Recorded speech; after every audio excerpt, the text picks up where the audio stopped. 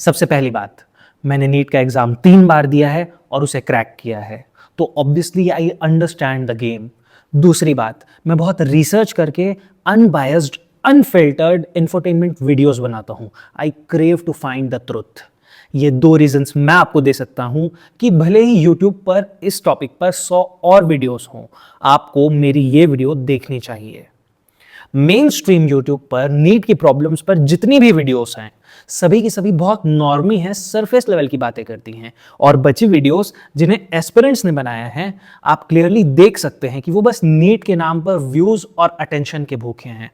ये बहुत हर्टफुल है, स्पेशली मेरे लिए, जिसने इस एग्जाम के लिए बहुत सफ़र किया है, अपने दोस्तों को सफ़र करते देखा है। इसलिए मैं इस वीडियो पर अपने पिछले वीडियोस की तरह बिल्कुल भी साउंड इफेक्ट्स, बीजीएम का यूज़ नहीं करूंगा, ना ही फ्लैशी एडिट्स करूंगा। मैं इवन इस वीडियो पर चैनल इंट्रो भी नहीं डालूंगा। I want to keep this raw. सीधा आते हैं पॉइंट पर। आपने डिसाइड किया कि आपको डॉक्टर बनना है, नीट देना है। इसके लिए आपने बायोलॉजी स्ट्रीम ले ली। किस एज में? 15, 16, एट मैक्स 17 साल की एज में। मेरा एग्जांपल लेते हैं, मैं 15 साल का था। मैंने बायोलॉजी के साथ एडिशनल सब्जेक्ट मैथ्स लिया था। मैथ्स लेने के कुछ ही समय के बाद मेरे लिए मैथ्स को मैनेज कर पाना बहुत डिफिकल्ट हो जा रहा था। नॉट बिकॉज मैं पढ़ नहीं रहा था या मैथ्स डिफिकल्ट है, but because I was being lazy. I lack the proper thought process. और मैंने किसी भी बेवकूफ 15 साल के बच्चे की तरह ये किया, जो सबसे ईजी ऑप्शन था, मैंने मैथ्स ड्रॉप कर दी। उस टाइम तो इस चीज से मुझे कुछ खास फर्क नहीं पड़ा, बट जैसे ही मैंने नीट देना स्टार्ट किया, मेरे ड्रॉप बढ़ते गए, अटेम्प्ट्स बढ़ते गए, मुझे ये चीज हिट हुई कि मुझे तो नीट करना ही नहीं है। और तब मुझे ये चीज समझ आई कि मैंने अपने सबसे अच्छे, सबसे फायदेमंद बैकअप प्लान को पहले ही लात मार दी है। और इसमें मेरी क्या गलती थी? मैं सिर्फ एक 15 साल का बेवकूफ बच्चा था। बात यहां यह भी आती है कि यदि मैं नीट से, एमबीबीएस से इतना ही भागना चाहता था, तो अभी भी मैं बायोलॉजी से रिलेटेड कोई दूसरा कोर्स कर लेता। नहीं, नीट से स्केप कर कर दूसरा कोर्स ऑप्ट करने वाले लोगों की गिनती बहुत कम है।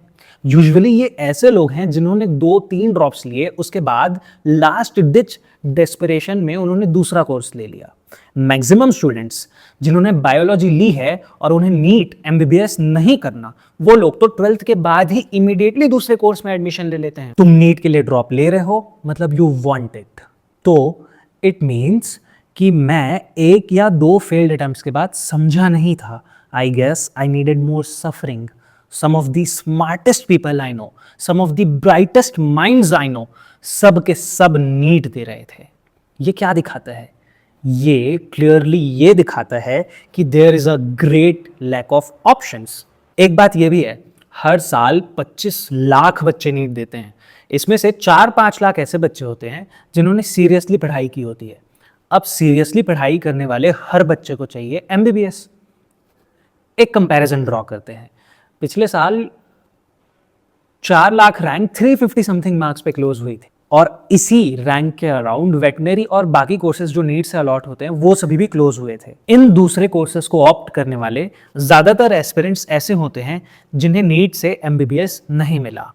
मैक्सिमम ये एस्पिरेंट्स ड्रॉपर होते हैं जो लास्ट डेस्परेशन में, मजबूरी में दूसरे कोर्सेज को ऑप्ट करते हैं। अगेन, चाहते तो एमबीबीएस थे, पर ऑप्ट करना पड़ता है दूसरे कोर्सेज को। इस तरह से नीट से मिलने वाले एमबीबीएस के अलावा बाकी सारे कोर्सेस बस एक कॉम्प्रोमाइज बन के रह जाते हैं। डू यू नो उनका क्या होता है जो ये कॉम्प्रोमाइज नहीं कर सकते और जिनके पास कोई वैलिड बैकअप प्लान भी नहीं है? वो फिर से ड्रॉप लेते हैं। और यही है वर्स्ट पॉइंट। ड्रॉप आपकी प्रॉब्लम को सॉल्व नहीं करता है, वो बस आपकी प्रॉब्लम को 1 साल बाद के लिए पोस्टपोन कर देता है। यदि सिलेक्शन हुआ तो वेल एंड गुड, पर यदि नहीं हुआ तो आप खुद को 1 साल बाद फिर वापस इसी एग्जैक्ट सिचुएशन में पाओगे। अब देखो, मैं शायद यहां थोड़ा पेसिमिस्ट साउंड कर रहा हूं। यदि आप ड्रॉप ले रहे हैं तो आप श्योर हैं कि इस बार आप मेहनत करेंगे और you will get selected. I know you may get selected, पर बात यह है कि NEET is no joke. There are a lot of things, many things, जिन्हें बिल्कुल पिन पॉइंट सही होना जरूरी है आपके सिलेक्शन के लिए। इसमें से कोई एक चीज भी गलत हुई, इधर उधर हुई, और आपका सिलेक्शन गया। साल भर सिलेबस कंप्लीट करना हो और एनसीईआरटी रीड करना, शॉर्ट नोट्स बनाना हो या मॉक टेस्ट देना, आपकी साल भर की मेहनत को आखिर के एक दिन में 3 घंटे के एग्जाम से जज किया जाता है। कितनी सारी चीजें उन 3 घंटों में या उस एक दिन में ही आपके साथ गलत हो सकती हैं। ये तो फिर भी ऐसी चीजें हैं जो आप थोड़ा बहुत कंट्रोल कर सकते हैं।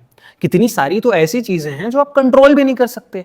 फॉर एग्जाम्पल, जो पिछले साल हुआ था, मे बी पेपर शायद थोड़ा ज़्यादा इजी हो गया था और बहुत सारे दूसरे डिसरप्शंस के कारण मार्क्स और रैंक्स हाइपर इन्फ्लेट हो गए थे।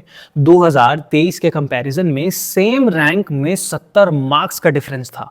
बहुत सारे बच्चों को एक्स्ट्रा मार्क्स दिए गए थे। सब कितना पैनिक कर रहे थे। इस बार एनटीए ने पेपर ही इतना टफ दे दिया कि बच्चे एग्जाम हॉल से निकलते हुए ही रो रहे थे।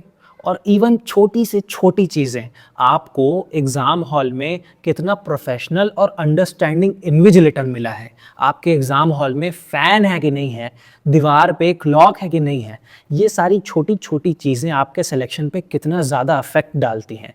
ये सारी चीज़ें तो एक वेल प्रिपेयर्ड एस्पिरेंट को भी दीवार में अपना सर मारने पर मजबूर कर दें।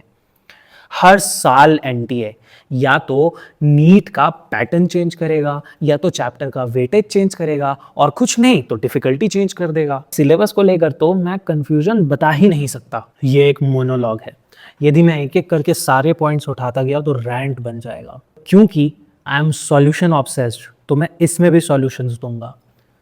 नीट का एनटीए और गवर्नमेंट कोई खास प्रैक्टिकल सॉल्यूशन नहीं कर सकते। यही है हार्श ट्रुथ। नीट के सिस्टम में आई नो बहुत सारे फ्लॉस हैं, पर ये सिस्टम के फ्लॉस आपके लिए उतनी बड़ी प्रॉब्लम्स क्रिएट नहीं करते जितनी बड़ी प्रॉब्लम्स आप खुद अपने लिए इसके अंदर क्रिएट कर लेते हैं। पहले उन चीज़ों को कंट्रोल करो जो आपके हाथ में है। Study every single day. अपनी स्टडीज से कॉम्प्रोमाइज मत करो। या तो दूसरी डिग्रीज को कॉम्प्रोमाइज सोचना बंद कर दो। माइंडलेस ड्रॉप्स लेना प्लीज बंद कर दो।